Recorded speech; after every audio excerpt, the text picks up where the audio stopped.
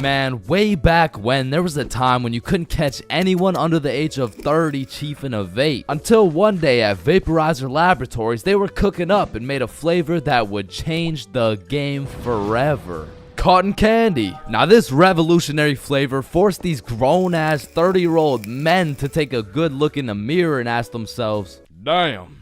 What do I look like as a grown-ass man sucking on this goddamn cotton candy stick? So they do what any responsible adult would do. They give it to their children. I mean, shit, kids love cotton candy. All of a sudden, business is booming for Vaporizer Laboratories, so they start cooking up even harder. Boom, Sour Patch Kids juice. Boom, applesauce juice. And boom, baby food juice. These babies will be sucking that shit like a soother. Kids' first words will be looking like, yo.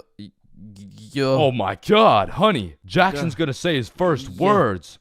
Yeah. Oh, let's hear it. Yo, Pops. Well, let me bum a hit off that 50 Nick Guava Ice, G. Yo, just wait till they drop that breast milk flavor, bro. Shit, these newborn babies won't even know what hit them. They'll be returning customers for life, which will probably be like 12 years max. Now, the reason I say all this is to let you know that vaping not only intruded my high school years, but also my years in middle school. I was first introduced to these bad boys at the ripe age of 13. And with a little bit of that good old peer pressure, I folded, bro. Like, what was I supposed to do, bro? Like not take the hit? No, I probably should not have taken the hit. But from that point on, I started doing a little dabbling, you know. I mean, as a 13-year-old, there's only one answer to someone asking, yo, dude, you want to try a hit of this blueberry guacamole milkshake ice flavor, dude? And that answer is abso-fucking-lutely, dude. And I was never a fiend or anything, but I will say, I popped a few ghosts and blown a few O's back in my day, but it had never gotten to the point of me owning a vape. Until one day. This story takes place way back in grade 7. Me and the boys were posted in science class dissecting cowballs or some shit when Mr. Principal burst through the door like, is Tessa here? Yeah, she's right there. And I look at Tessa and she just tosses her vape over to her homie Kate. And I seen that shit clear as day, but Mr. Principal's old ass must have forgot to wear his contacts or something, because he runs a quick pat down on Tessa looking for said vape, but sure enough, he doesn't find it. Miss Rhodes told me you were vaping in her class. Is this true? No, I would never. Okay. And then the bell rang and everybody knew what that meant. It was nut break. Now, I don't know who the fuck decided to name our recess nut break, but I will say most of the students understood that that shit was short for nutrition break. However, some kids took it a little too literally. Weird ass school, man. But this specific nut break, you best believe me and the boys weren't busting nuts or eating nutritional foods because Billy had something else on his mind. Yo, who's got you smiling like that? Who, me? Nah. It's nobody. Yo, wait, you got a crush on Tessa? What? Tessa? Me? Yeah, I got a crush on, yeah. Oh, shit, go talk to her, bro. Talk to her. No. Bro, it's simple. She's new to the school. She's probably looking for some friends, so just walk over and introduce yourself. You're right. I'm just gonna do it. Yes, sir. Hey, did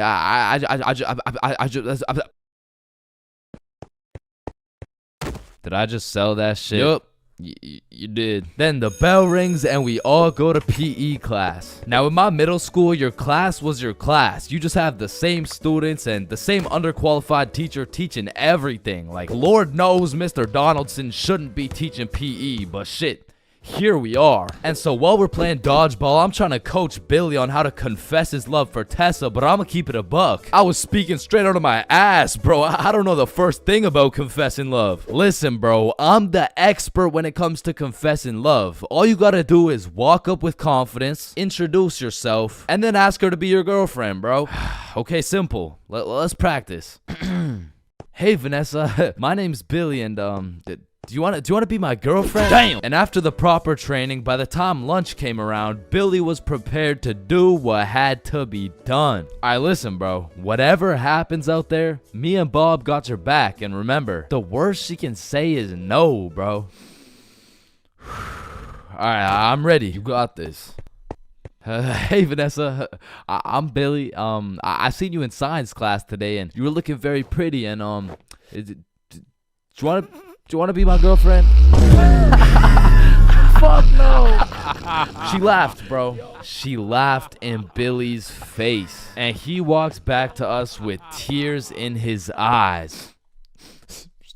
She laughed at me, bro. Well, at least you know what they say. What? If you can make her laugh and giggle, you can make the cheeks clap and Not jiggle. right now, bro. You're right. Too soon. Needless to say, that brother Billy went home that night, listened to Juice WRLD, and cried himself to sleep. Shit, the next day, Billy didn't even say a word, but I could hear Lucid Dreams on full blast in those earbuds. Man, it's a tough sight to see. Next thing I know, Mr. Principal bursts in the class talking about, All right, Tessa, in my office right now. Now, I don't know why she was in trouble, but whatever she was accused of, she's guilty, bro. And she's also guilty on 1/3 degree count of breaking my man's heart. And as I'm busy praying on Tessa's downfall, I get a little tap on my shoulder like, psst, take this. Mr. Principal's looking for it, and he's not gonna check you. Whose is it? It's Tessa's. Don't worry, it's safe with me. And it was safe with me, cause that shit was now mine. The only way she could get it back is if she repaired my boy Billy's heart, and that just wasn't happening. And soon enough, Tessa comes back from Mr. Principal's office, and she didn't say a word. We had nut break, nothing. We went to PE, nothing. And then we went to math class. And as I was chilling in math class, calculating the square root of pi and shit, I get a tap on my shoulder again. Psst, Tessa wants her vape back. Vape? What vape? The one I handed you this morning? You know, it was purple. Oh, that vape. Oh, yeah, no, I threw that shit in the bushes. So she reports back to the person who gave her the vape, and she reports back to the person who gave her the vape, etc., until Tessa finds out, and she looks pissed. So she whispers to her friend, who whispers to her friend, etc. What bush did you throw it in? Oh, the one out back. And to put it in perspective, the bush out back was fucking massive. It was this huge conglomerate of straight prickle bushes, and so pretty much her vape was gone, bro. And I went to sleep that night with a smile on my face, knowing I not only saved Tessa's lungs, but also Billy's heart. The next day I went to class, sat down with the boys as always, but something was different. Tessa and her homies were nowhere to be seen. I shrug it off and continue to make some groundbreaking studies in science class until I hear Billy like, bro, no fucking way. So I turn around to not only see Tessa and her friends waist high in prickle bushes looking for this vape, but I also see Mr. Principal forcing them to do it. Now this was truly a beautiful sight to see revenge play out this perfectly. Like Billy was sitting at the window the entire class watching him do a whole search party for this vape that was posted in my pocket. And just when I thought Billy couldn't get happier, the next day Tessa and her friends had to present a PowerPoint to the entire school on why vaping is bad. Vaping is bad because when the vape enters your lungs, well, it's not good for your lungs. Man, karma is real, because not only did Tessa understand how it felt to be laughed at, but the next day my friend came up to me like, can I use that vape for the day? And I wasn't using that shit, so I said, yeah, sure. And at the end of the day, you'll never guess what she told me, bro. Yo, you still got the vape? No, I threw it in the bush out back. Man, sometimes this world can be a little cold. It can get a little gray, but there is nothing that can bring more excitement and vibrance to your life than having a crush. I mean, it gives you something to wake up for, something to smile for, someone to impress, and someone to be absolutely crushed by, leaving you more depressed than ever before. Which is when you get a new crush. I mean, crushes make the world go around. Everyone's had a crush at some point in time, and sometimes that shit gets too serious. I mean, I've had homies prepared to throw away their entire lives just to impress their crush, bro. Oh my god, look at these big weights. I wonder if anyone's strong enough to lift these. Oh my god, look at this big jump. I wonder if anyone's athletic enough to make. Oh my god, look how creepy this cave is. I wonder if anyone's brave enough. Oh my god, look how tall this building is. I wonder if anyone could stick the landing. I said, I wonder if anyone could stick the Oh, ew, did he just die? Oh my god, I'm getting the ick. Nope, just getting a few extra reps in. Man, I remember my first crush like it was yesterday, bro. She was 5 years old. But I was 5 years old too, right? Like, so it wasn't actually yesterday, you know, it's a saying, but we were both 5 years old, and I remember sliding in smooth as hell. Yo, shorty, you like Legos? Yeah. How about you and me go Lego my ego? What does that even mean? Shit, I don't even know. I seen it in a commercial once.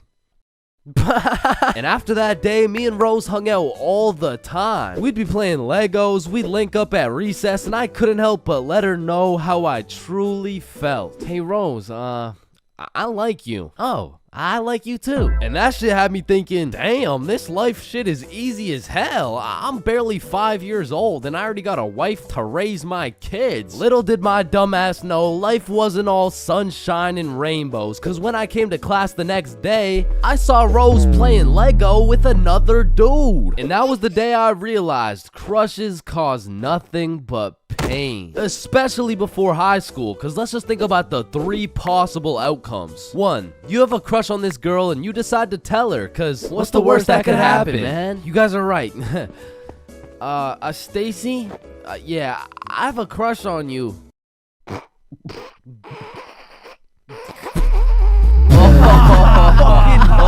Ugly as fuck. Or 2, you never build up the courage to tell her and end up watching your crush sit in a tree with the faster kid who had the light up Skechers and the Charizard EX. And we all know what happens when Stacy and Jimmy are sitting in a tree. Or outcome 3, you confess to your crush and it's the perfect scenario. I like you too. Now you've officially started your first middle school relationship, which is probably the worst outcome of all, bro. Cause now you've been sentenced to 14 days of relentless cringe and countless awkward scenarios. And I say 14 days because that shit's lasting 14 days max, bro. Hey, Stacy, do you want to be my girlfriend?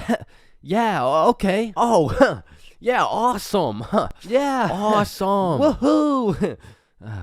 So do you want to hold hands or something? Yeah, sure. So, Stacy, I've been thinking. I don't think this whole thing's gonna work out. Oh, okay. It's not me, it's you. Oh. Wait, what? Yo, fuck my ass, bro. Or what's even more tough than having a crush in middle school is having a crush on a fictional character, bruh. Cause it's like you'll just be chilling, watching some Teen Titans eating cereal or whatever. All of a sudden your crush is kissing other dudes right in front of you and you can't even do shit about it. I remember back in my day, I was down horrendous for Lola Bunny, bruh. And I really don't know how I feel about admitting my attraction towards a 2D cartoon bunny, but you gotta remember, this was in the past. Like, this was at least 2 months ago. And maybe I'm tweaking on this one, but the red fish from Shark Tale, bruh, she was different, bro. And her name, I think it was Lola as well. Shit, maybe I just like cartoon girls named Lola or something. That's exactly what I want to hear. No. And I don't know about you, but for some reason, whenever I would talk to my crush, it was like I got an instant nerf, bro. I'm talking minus 10 charisma, plus 15 stutter, minus 5 strength, and plus 350% chance of getting put in a random ass headlock. Like, I could be in the worst scenario of all time with a girl who has 5 kids and is married to a member of the cartel. And just cause she's not my type, I'll get an instant stat boost that'll have me pulling like Mr. Duke Dennis himself. But put me in a room with my crush and all of a sudden I got the same charisma as fucking McLovin. Hi. Hey, it's 10:33. What? A.M. like in the morning. Like I'm saying, it's 10:33 in the morning. Fuck.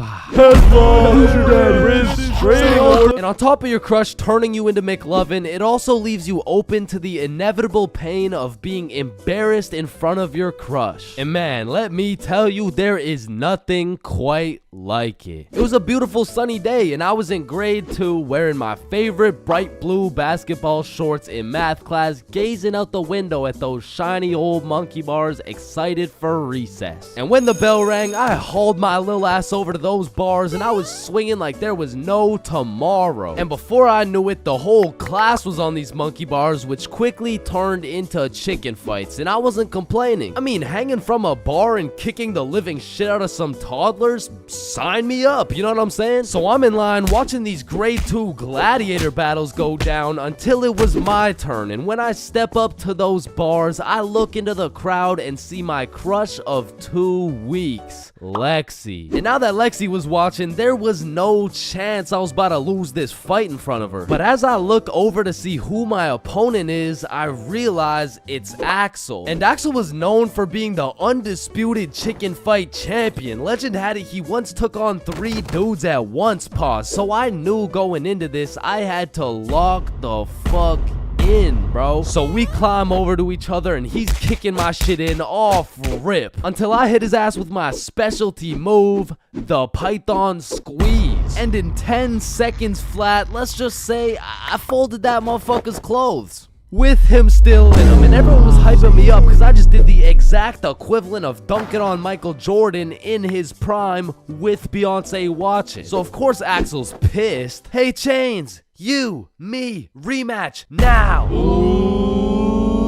And I look over at Lexi and she looks over at me, and now I can't back down. So we get back in position, climb over to each other, and I go for the Python squeeze again, and this motherfucker Axel just winds up and kicks me in the balls. And I'm not gonna lie, that hefty kick to the dick accessories was the worst pain I had ever felt in my 7-year-old life. But I couldn't just drop and lose to Axel in front of Lexi, so with all the pain and anger I feel radiating from my nuts, I hit Axel with the meanest 20-piece combo in chicken fight history, and he drops. And then he pantsed my shit, bro. And embarrassed, I drop and try to run away, but the shorts around my ankles trip me and I face plant. Face down, tighty whities up, balls in shambles in front of everyone, including Lexi. And some people like to say, oh, it could always be worse, but this time, I don't know,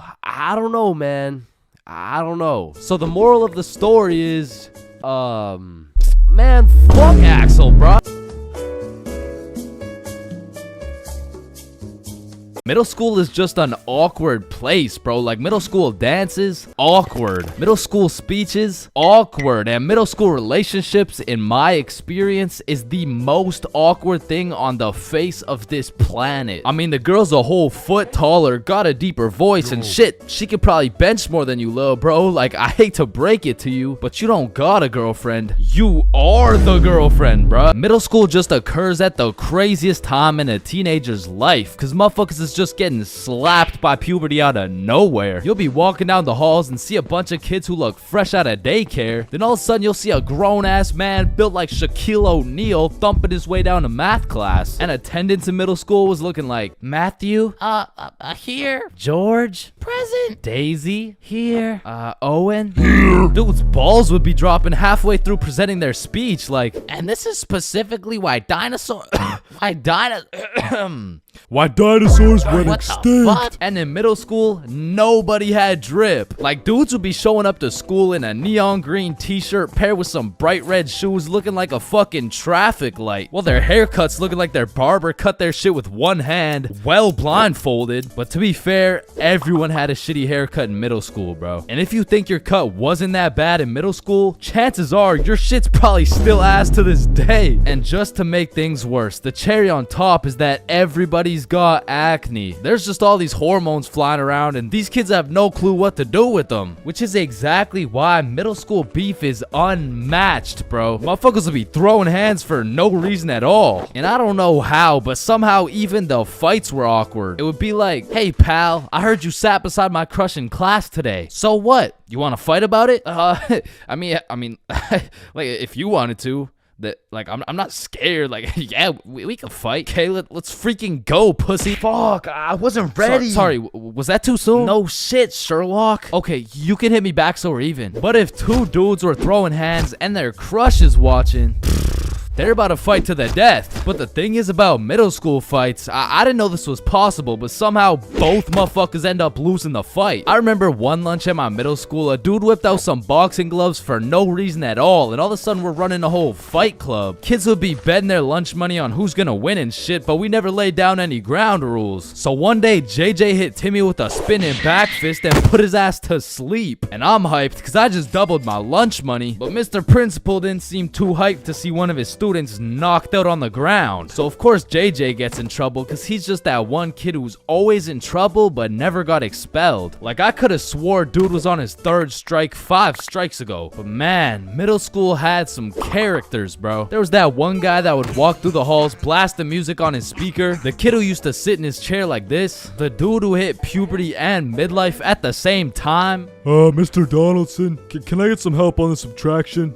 Help on the subtraction? You look more like you need help on your taxes. No, subtraction's just hard for me. During recess, do you go check on the wife and kids? No, I just play on the monkey bars. Tell me, how do you manage to be in middle school and work a 9-to-5 job at the same time? The girl who thinks she's a horse, the emo kid, catch him in the back of the class with his hoodie tied up watching sad Bart Simpson edits, the kid who had to touch the top of the door frame before entering a room, girls who have to bring their Starbucks cup everywhere, the dude who's constantly emoting, and in order to find the answer, we can make a grid. Did someone say gritty? Right foot creep, ooh, walking with the heat. Of course, there's the kid who Naruto runs through the hallway, and then there's that weird ass kid who accidentally called his social studies teacher mom one time. It was probably an accident though. Fuck! And I have no idea why, but there's something about teaching middle school that had all these teachers going through a midlife crisis. I remember one day our science teacher was teaching us about rainbows. Does anyone know what a rainbow is? Yes, Jaden. Refraction of light through water droplets. Oh wow, that's right. How did you know that? Reddit. Oh, okay. Where did you read it? Reddit. Yeah, but where did you read it? Reddit. Jaden, I can't do this right now. Just tell me where you found this information.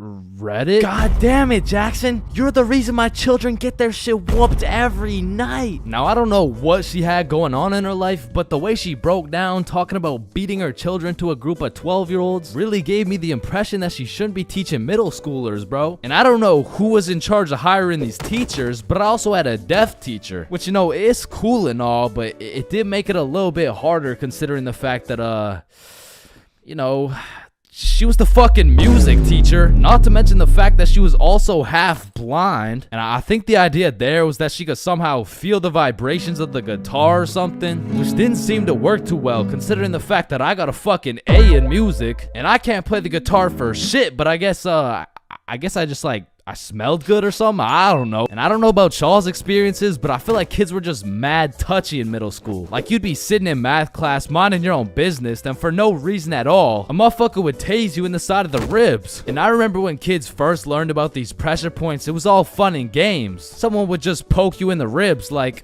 pressure point, that tickles. Then there would be a new pressure point dropping every week. It got to the point where these 12-year-olds were hitting pressure point combinations and paralyzing your legs and shit. Hey bro, let me try this new pressure point on you. Yeah, sure, go for it.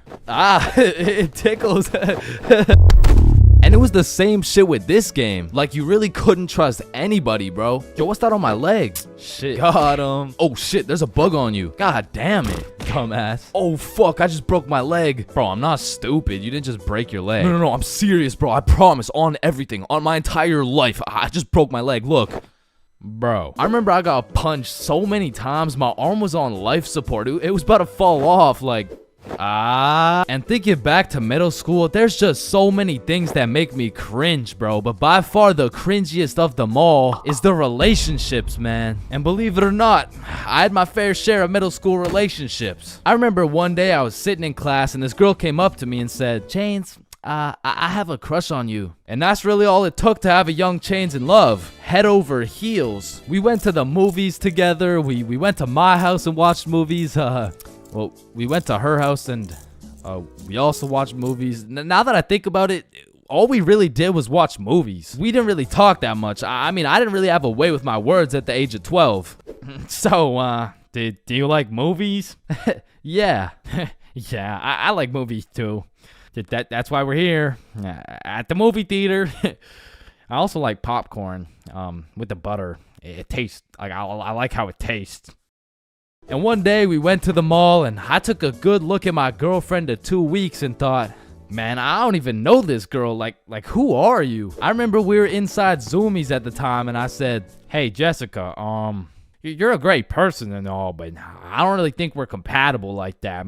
Maybe we should just break up. Which was probably the most words I've strung together during the entirety of our relationship. And she says with the straightest face, oh, okay. And then we proceeded to walk out of the mall and bus home together without saying a word. And I remember lying in my bed that night and thinking to myself, damn, I think I'm supposed to be sad right now. So I threw on my hoodie, tied it up, and watched some sad Bart Simpson edits.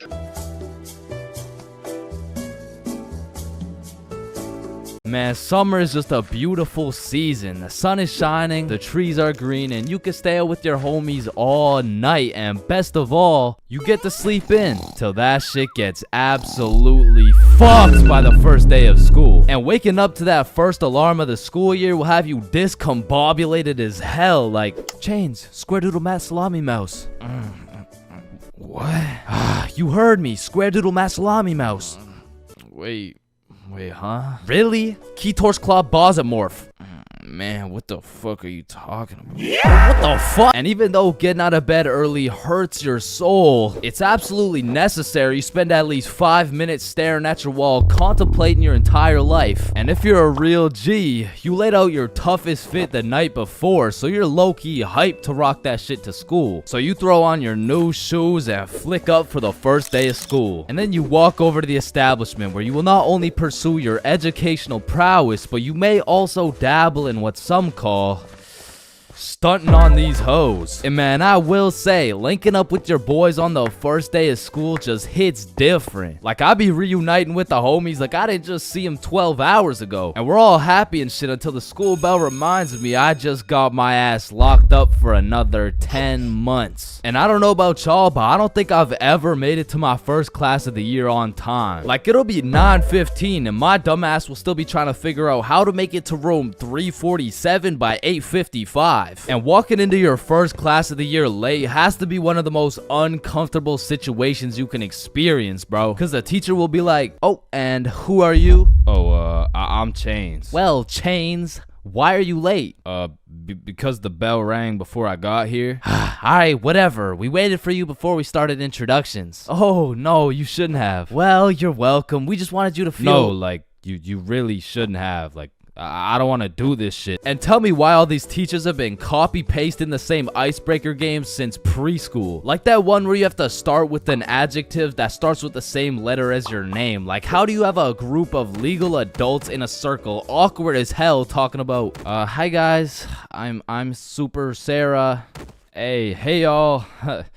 I'm Awesome Aiden, and I'm a Marvelous Marvin. Shit, if we don't stop doing these fucking icebreakers, I'm about to joyfully jump off a cliff. And after we're done grinding out icebreakers, these teachers have the audacity to show a whole 50-slide PowerPoint all about them. Like, the fuck? This class is supposed to be the study of math, not the study of your daughter's soccer games, bro. And I'm not even gonna lie, my dumb ass will be out there taking notes, wondering how this 7-year-old's goals per game ratio is gonna help me on my trigonometry test. Then just as soon as you survive all that bullshit, you gotta go to the next class and do that shit again. And by the time you've learned half your teacher's favorite hiking spots and relationship statuses, you're relieved to hear the lunch bell, only to find out the cafeteria is serving straight ass with a side of booty for lunch. And my standards aren't even high. Like, during summer, I was on a seafood diet, as they would say. When I see food, I eat that shit. But when it comes to this cafeteria food, I could even bring myself to smell that abomination they're calling meatloaf. But even though the food was straight dookie, I won't lie, it's kind of nice being back at the lunch table freestyling with the homies. But of course, all good things must come to an end. So the bell rings and I go to depart ways with the homies. Alright, peace out, man. Yeah, see ya, bro.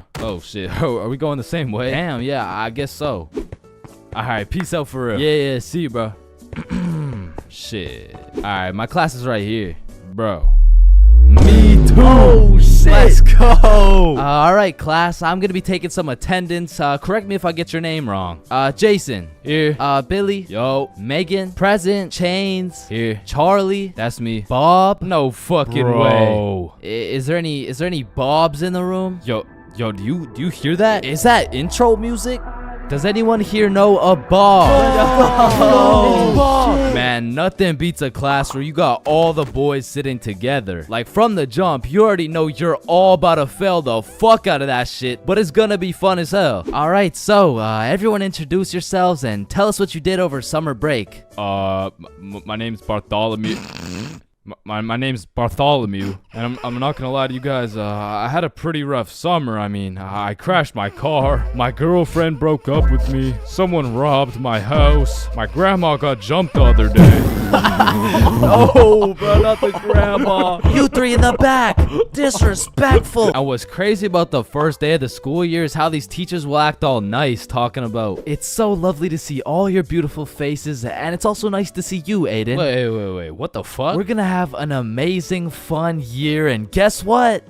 There's no homework today. Knowing damn well they're about to make up for it with twice as much homework tomorrow. Like, they'll for real be handing out kindergarten-ass coloring sheets the first day, and then tomorrow you're getting your ass whooped by some calculus worksheets. And I didn't even talk about the motherfuckers you'll be seeing in the halls on the first day. Like, I don't know what these dudes be going through in those 2 months, but motherfuckers be going from Arthur Kennedy to AK real fast, bro.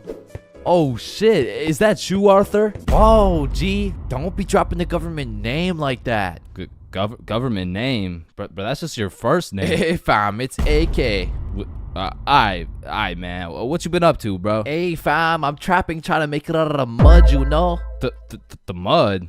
You live in a gated community. Oh shit, that's the ops right there, fam. Get down. The ops? That's just fucking Edward. Or the way these new freshmen be walking like they're scared a senior's gonna slap the books out of their hands and take their Fortnite V-Bucks gift card. Like, bro, you freshmen are worried about the wrong V-card. Like, I don't know why, but the day these kids go from sophomore to seniors, they instantly decide to pull an EDP. Like, bro, you're 18 and she's fresh out of middle school. That's a whole crime. But that's not the only crime motherfuckers be committing on the first day of school. Some dudes be pulling up to school with the most atrocious fits known to man. Like, there's no fucking way you laid out this ramen noodle chicken soup ass fit the night before, slept on it, then woke up and thought, oh yeah, the hoes are gonna love this one. Like, I'm not gonna lie, you could never catch me wearing the types of fit these motherfuckers be wearing, bro. Like, that shit should have never made it out the closet. Like, I don't condone bullying,